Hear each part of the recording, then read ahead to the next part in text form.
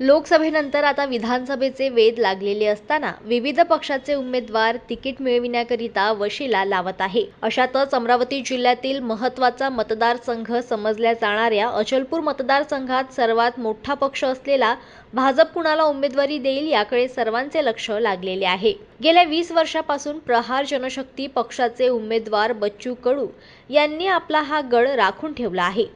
महायुतीमध्ये असतानाही वारंवार घरचा अहेर दिल्याने बच्चू कडू यांच्या विरोधात भाजप नक्कीच आपला उमेदवार देईल यात शंका नाही। परंतु तो उमेदवार कसा असेल यावर बच्चू कडूंचे भवितव्य ठरेल।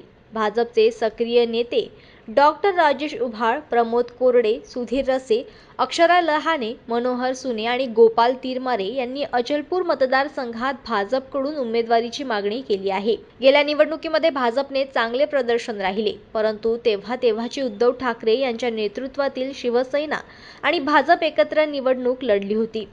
प्रहारचे आमदार बच्चू कडू गेल्या 20 वर्षापासून येथील आमदार आहेत आणि मतदारसंघात कामेही केली आहेत। काँग्रेसचे बबुल देशमुख हे सुद्धा यंदाही काँग्रेसकडून पुन्हा आपले नशीब आजमावतील। मात्र जाती राजकारणामुळे या मतदारसंघात काँग्रेसची स्थिती कमकुवत मानली जात आहे।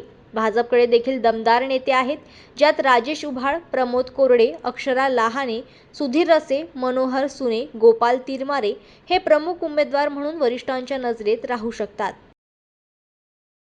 जनमत लाईव्ह न्यूजसाठी चांदूर बाजारमधून मयूर खापरे यांची रिपोर्ट।